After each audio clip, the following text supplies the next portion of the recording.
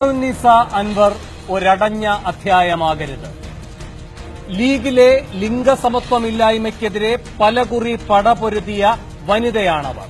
അങ്ങനെ വേണം ഖമറുന്നിസ അൻവറിനെ അടയാളപ്പെടുത്തേണ്ടത്.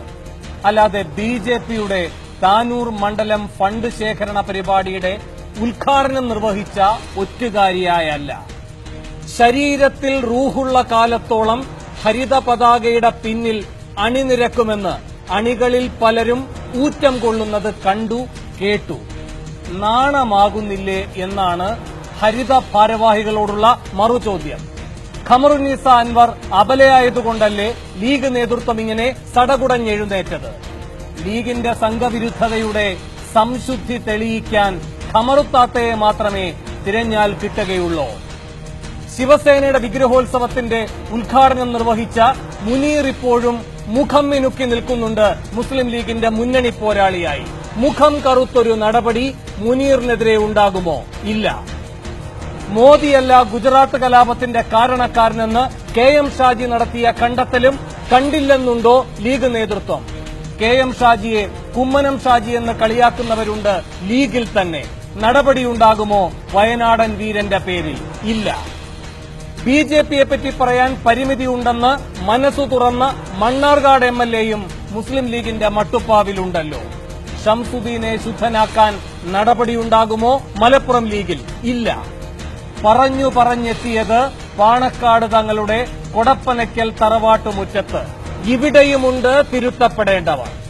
ലോ അക്കാദമി സമരപ്പന്തലിൽ വി രാജേഷിനെ ആശ്ലേഷിച്ച ഹൈദരലി തങ്ങളിൽ നിന്ന് തിരുത്തലിന് തുടക്കമിടാൻ ത്രാണിയുണ്ടോ ലീഗ് നേതൃത്വത്തിന്?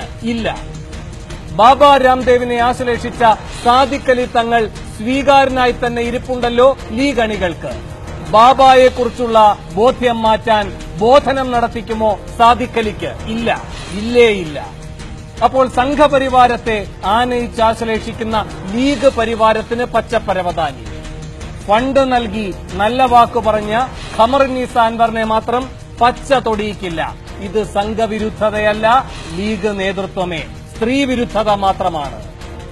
സംഘപരിവാർ വിരുദ്ധതയുടെ പുറമോടിയിൽ ലീഗ് വിലക്കുന്നത് ലിംഗസമത്വമോ എന്ന വിമർശനം ഉയരുമ്പോൾ 6 ചോദ്യങ്ങളാണ് സൂപ്പർ പ്രൈം ടൈം ചോദിക്കുന്നത്. 1. ഖമറുന്നിസ അൻവറിനെ പുറത്താക്കിയ ലീഗിന്റെ നടപടി മതേതരത്വം മുറുകെ പിടിക്കാനോ?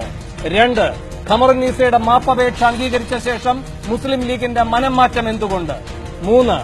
സംഘപരിവാറിനോട് സഹകരിച്ചതിന്റെ പേരിൽ ഖമറുന്നിസ മാത്രമോ കുറ്റക്കാരി? 4. ഫണ്ട് നൽകാൻ സമ്മതം നൽകിയ മുസ്ലിം ലീഗിലെ മുതിർന്ന നേതാവാര്? 5. തങ്ങൾ കുടുംബമടക്കം സംഘപരിവാറിനെ താലോലിച്ചതും ലീഗ് നേതൃത്വം വിലയിരുത്തേണ്ടേ? 6. ഖമറുന്നിസ അൻവറിനെതിരായ അച്ചടക്ക നടപടി ലീഗ് വെച്ചു പുലർത്തുന്ന സ്ത്രീ വിരുദ്ധതയോ?